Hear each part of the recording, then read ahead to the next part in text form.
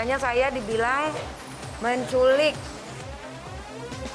menganiaya driver dan suster pribadi anak saya.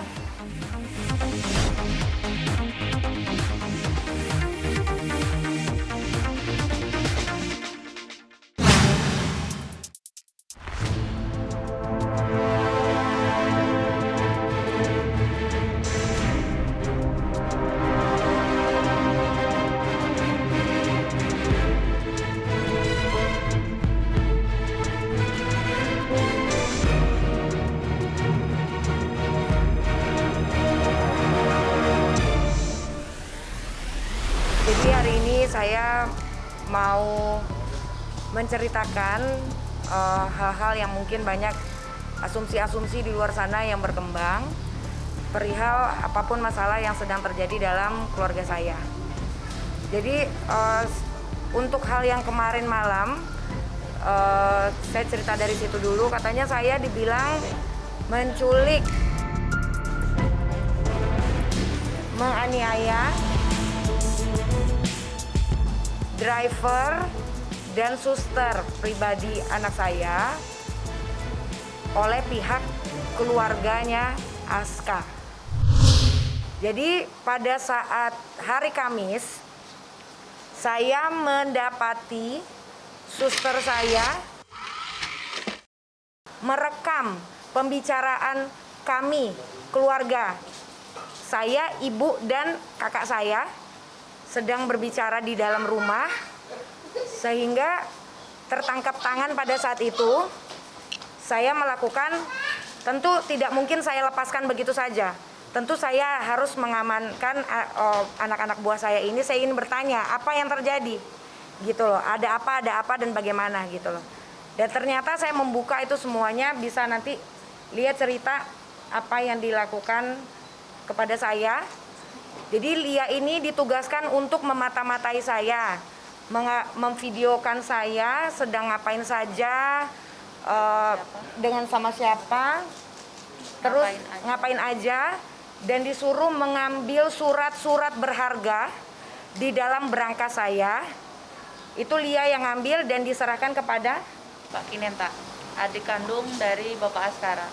Adik kandung. Jadi mereka berbicara katanya baik-baik segala macam gitu, tapi menyuruh sudah sampai urusannya kepada harta-harta. Jadi sertifikat rumah, BPKB, segala macam surat-surat berharga diambil oleh mereka. Lalu habis itu dengan dijanjikan apa, Lia aja cerita. Kalau dijanjikan sih cuman dibilangin naik gaji, tapi belum nyebut nominalnya. Tapi kalau sama driver udah nyebut nominal, bahkan udah ditambahin 500.000 per bulan. Masih dijanjikan Bu sebesar 500.000 tiap bulan. Ditambahin itu. Cerita satu-satu, lihat cerita mulai kapan apa. Kalau mulai kapannya sih ya kurang lebih 1 bulan yang lalu.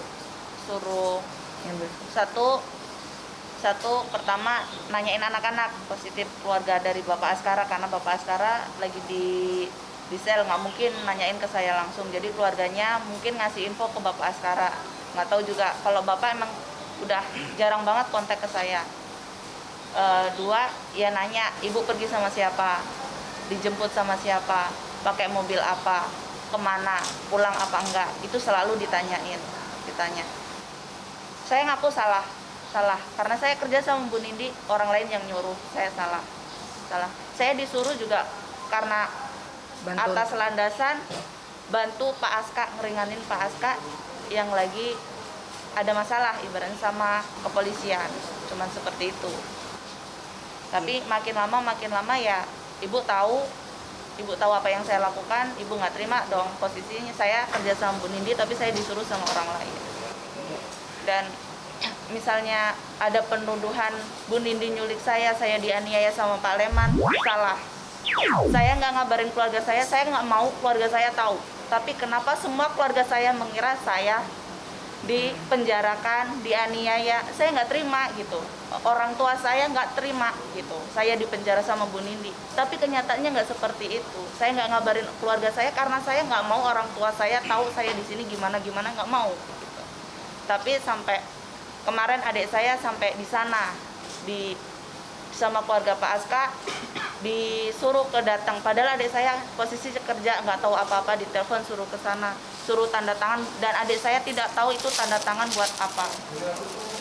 Sampai akhirnya adik saya bisa keluar dari rumah sana, dan itu pun di tengah jalan dia ditelepon sama Pak Kinta suruh balik, jangan ceroboh apa segala macam gitu. Sampai adik saya ketakutan gitu. Oke. Jadi ini mereka kan bilang kalau itu bukan mereka yang mengambil, keluarganya Lia. Jadi ini nomor teleponnya Kinta, Pak Kinta, namanya Kinta Sarus spellingnya, ini nomor adik ipar saya. Jadi dia yang mengambil, dia nyuruh ini adiknya Lia datang nginep 1 malam di rumah Pak Kinta.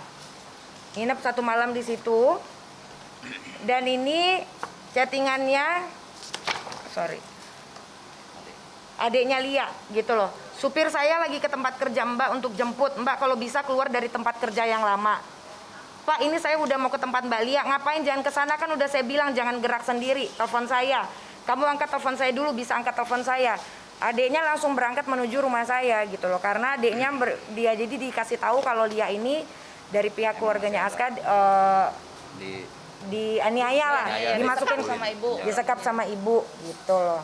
Buat mastiin adanya ke rumah ibu. Akhirnya adanya kan ke rumah saya gitu, mastiin kalau dia baik-baik saja gitu loh, tidak ada apa-apa gitu loh. Ini Mbak bisa ke rumah lagi sekarang nggak, urgent gitu loh. Jadi kan katanya baik-baik saja sama saya, tapi kenapa melakukan hal-hal seperti ini gitu loh, mau ngapain gitu loh.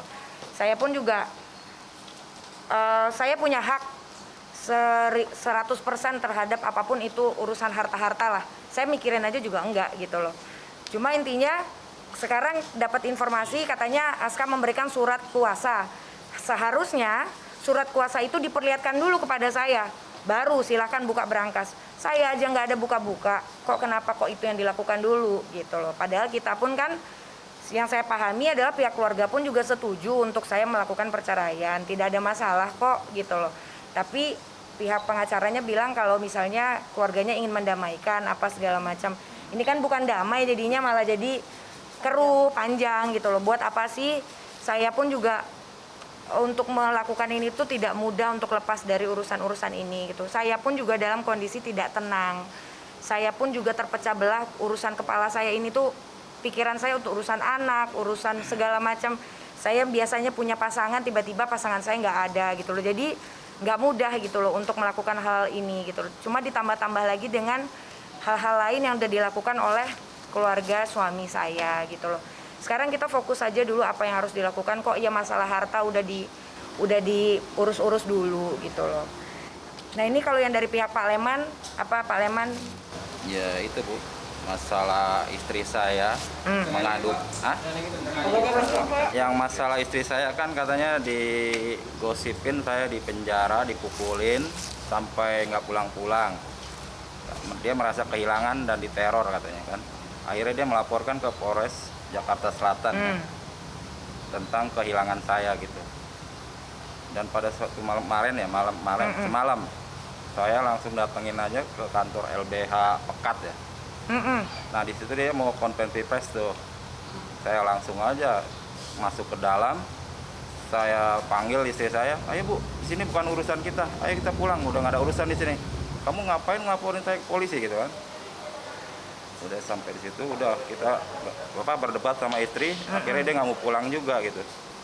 Saya pulang nggak ada apa-apa. Ya saya mau pulang. Sampai bilang saya nggak pulang. Buat apa juga saya tidur di sini. Saya mau pulang, tapi dengan ketentuan yang seperti saya ini. Kamu nggak tahu rasanya.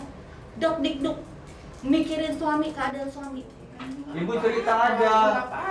Disamperin oknum, ditelepon oknum, cerita biar sampai tahu. Ceritanya Bang, saya. Udah sampai di situ, udah kita bapak berdebat sama istri, akhirnya dia nggak mau pulang juga gitu.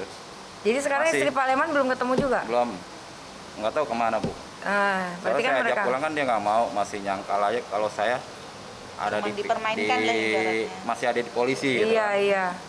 Padahal Pak Leman ini sudah teleponan sama istrinya.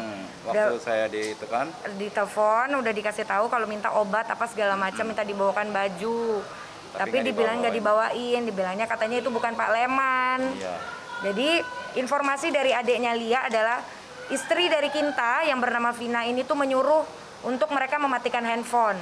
Dan yang menerima sertifikat surat-surat yang dari Lia ini adalah yang menerima adalah Kinta dan Vina. Dia ngambil di depan rumah di jalan di depan. Jadi hanya ngambil dikasih langsung jalan gitu loh. Ini kan udah kita urusannya rumah tangga. Kenapa kok urusannya sama keluarga? Ibu saya aja nggak ngurus-ngurus seperti itu. Kakak-kakak saya juga enggak. Kok lucu gitu loh. Jadinya malu gitu loh. Dan menurut saya udah terlalu banyak lah diam, dizolimin, saya dituduh-tuduh masukin suami saya. Sekarang logikanya aja, mungkin nggak saya mau menghancurkan citra bapaknya anak-anak saya. Bagaimanapun buruknya, dia tetap adalah bapaknya anak-anak saya. Nggak mungkin saya mau membuat rekam jejak yang akan terus-terusan ada. Dan itu pasti akan membuat anak-anak saya terluka. Dan nggak mungkin saya melakukan itu. Dan saya sangat sedih dituduh-tuduh seperti itu. Aska sangat tahu sekali apa yang terjadi. Dan keluarganya sangat tahu apa yang terjadi. Tapi please stop, jangan blaming kemana-mana. Kita clearkan saja dulu. Aska tahu kok apa yang sudah dia lakukan. Kesalahannya apa saja. Saya pun juga nggak sempurna. Saya pasti punya kesalahan. Cuma kita lurus aja dulu ini apa yang terjadi gitu loh. Ntar ini dia sopir saya minta mau ngomong klarifikasi soal saya diculik gitu ya. Ini kan semua nggak ada urusannya sama ini kan. Iya, saya bukan untuk mengadu domba nih antara ibu dengan Bapak Aska. Coba untuk keluarga Bapak Aska, saya mohon kembalikan istri saya ke kontrakan yang lama dan ketemu anak-anaknya. Untuk itu aja udah. Iya, saya kurang tahu, makanya nggak tahu keberadaan istri saya sekarang sampai saat ini di mana nggak tahu saya. Nggak ada komunikasi, Pak? Nggak Ya bisa nggak ada, ditelepon, Pak. handphonenya kan dimatiin. karena waktu Atau di rumahnya Bu ganti Vina. nomor nggak tahu saya. Karena di rumahnya waktu itu menurut cerita adiknya Lia, Vina itu istrinya dari adik ipar saya suruh matikan handphone. Tidak boleh nyalakan handphone. Dan mereka nginep di sana semalam gitu. Nah, adiknya Lia sempat berhasil kabur, terus ditelepon lagi suruh balik. Terus supirnya jemput gitu. Intinya seperti itulah. Malam ketemu sama istrinya. Iya. Iya. Itu nggak mau pulang atau ada penjelasan gitu nggak sih antara keduanya, Pak Iman dengan istri sendiri? Ya dia masih bertahan aja, disangkanya tuh saya Didoktrin, dicuci otak. Mungkin didoktrin saya sama keluarga mereka gitu kan. Nggak ngerti juga, biasanya nggak begitu dia. Ya jadi nggak ngerti, nurut-nurut saya, aja. semalam berubah banget tuh, waduh saya juga kaget. Sampai begitu kan. Sampai Tahu Pak, dia sempat kaget gitu, Bapak muncul. ya kaget lah, saya tiba-tiba kan muncul di ibaratnya markas LBH itu apa itu? Iya, jadi kita kan, saya kan kaget kok tiba-tiba mertua datang ke rumah baik-baik, tiba-tiba kok jam 10 mertua pulang, saya dapat info pihak keluarga Aska mau mengeluarkan konferensi pers buka-bukaan katanya gitu. Ngapain gitu loh. Oke ya, clear ya, makasih ya.